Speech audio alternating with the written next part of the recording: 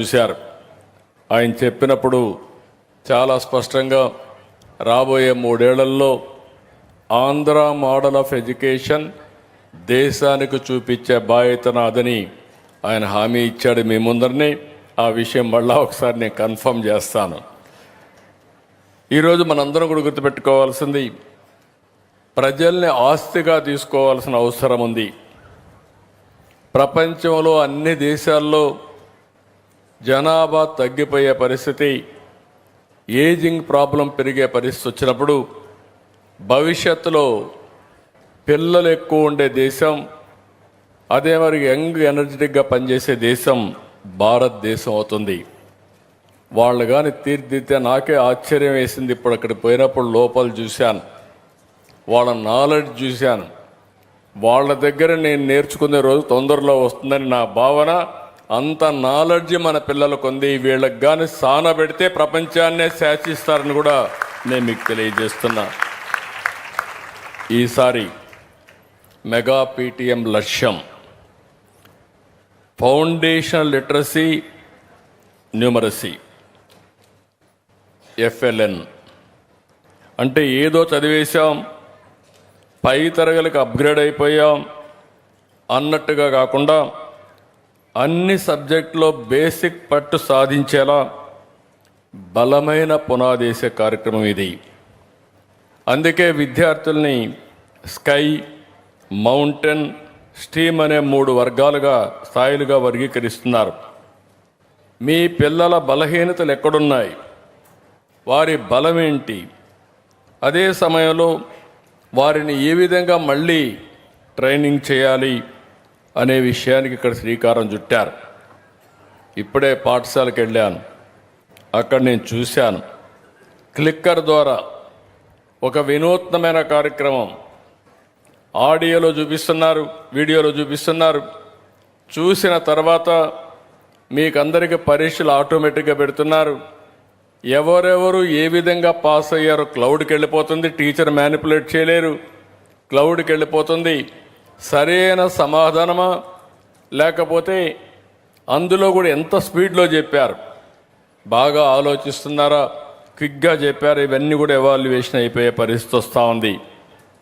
అంటే ఈ యొక్క విధానాన్ని నేను మనస్ఫూర్తిగా మంత్రిని అభినందిస్తున్నా, డిపార్ట్మెంట్ని అభినందిస్తున్నా. నేను ఊహించిన దానికంటే మీరు ఫాస్ట్గా వెళ్తున్నారు. దీనికి మీ అందరికీ కంగ్రాచులేషన్స్, వెల్ డన్, చాలా బాగా చేస్తున్నారు. దీనివల్ల ఇప్పుడు మీరు చూస్తే అక్కడ ABCD, ఎస్ నో అనే అన్నీ కూడా ఉంటాయి. పిల్లలు ఎప్పటికప్పుడు దాన్ని క్లిక్ చేసే పరిస్థితికి వచ్చారు. ఈ విధానాన్ని ఇప్పుడు మీరు చూస్తే దగ్గర 53 పాఠశాలల్లో ఈరోజు ప్రారంభించుకున్నారు. మిగిలిన పాఠశాలలో కూడా తొందరలోనే చేస్తారు. పిల్లల ప్రతిభను ఎప్పటికప్పుడు ట్రాక్ చేయడం, ఎన్నికల పరీక్షల తర్వాత విద్యార్థుల సమర్థత తెలుసుకోవడం కాదు, తరగతిలో చదివిన వెంటనే ఎవాల్యుయేషన్ చేసి వాళ్ళలో ఎక్కడ డెఫిషియన్సీస్ ఉన్నాయో అవన్నీ అప్రమత్తం చేసి ఎక్కడికక్కడ ముందు తీసిపోయే పరిస్థితికి వచ్చారు. అది చూసినప్పుడు నాకు ఒక భరోసా వచ్చింది. మట్టిలో మాణిక్యాలు మన పిల్లలు. వీళ్ళకి కానీ సరైన గైడెన్స్ ఇవ్వగలిగితే ఏదైనా చేసే సామర్థ్యం ఉంది. దానికి ఇది అనువైన మార్గం అని చెప్పి కూడా నేను మీకు తెలియజేస్తున్నా. నిన్ననే మీరు చూస్తే అంధ విద్యార్థిని కరుణ, అల్లూరి సీతారామరాజు జిల్లా గిరిజన బిడ్డ, విశాఖపట్నం ప్రభుత్వ రెసిడెన్షియల్ స్కూల్లో చదువుతుంది. తన వైకల్యాన్ని అధిగమించి మొన్నే భారత క్రికెట్లో తిరుగులేని విజయాన్ని సాధించింది. భారతదేశ ప్రతిష్ట పెంచింది. అలాంటి వాళ్ళు చూస్తే ఒక మారుమూల ప్రాంతం, గిరిజన ప్రాంతం, అచంచలమైన విశ్వాసం, అదే సమయంలో ప్రతిభ, ఈ 2 కనపడే పరిస్థితికి వచ్చింది. ఈరోజు 18 నెలలు ఈ ప్రభుత్వం వచ్చి అన్ని రంగాల్లో విధ్వంసం జరిగింది. చాలా సమస్యలు ఉన్నాయి. ఈరోజు మీరందరూ గుర్తుపెట్టుకోవాల్సింది, ఈరోజు మేము ఇక్కడ ఉన్నాం.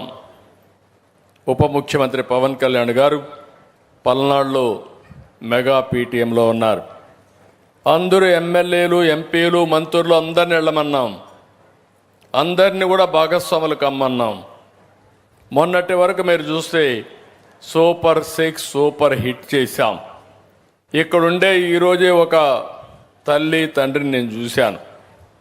వాళ్ళని అడిగాను ఎంతమంది పిల్లలని. 9 మంది పిల్లలు. కొంతమంది డిగ్రీ చేస్తున్నారు, అందులో అందరూ ఆడపిల్లలు.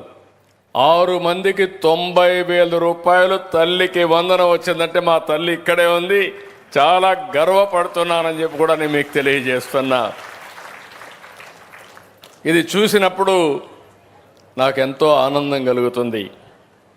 ఇలాంటి ఒకప్పుడు పిల్లలు భారం అనుకున్నారు, ఇప్పుడు మీ పిల్లలే మీకు ఆస్తి, మీ పిల్లలే మీకు శ్రీరామ రక్ష, మీ పిల్లలే మీకు భవిష్యత్తు. ఆ విషయం మీరు గుర్తుపెట్టుకోండి. కానీ ఈరోజు మీరు శ్రద్ధ పెట్టగలిగితే భవిష్యత్తులో మీ కష్టాలు మొత్తం తీర్చే శక్తి మీ పిల్లలకు వస్తుంది. ఆ విషయం మీరు గుర్తుపెట్టుకోవాల్సిందిగానే మిమ్మల్ని కోరుతున్నా. ఈరోజు మీరు చూస్తే మధ్యాహ్న భోజనం నుంచి స్టూడెంట్ కిడ్స్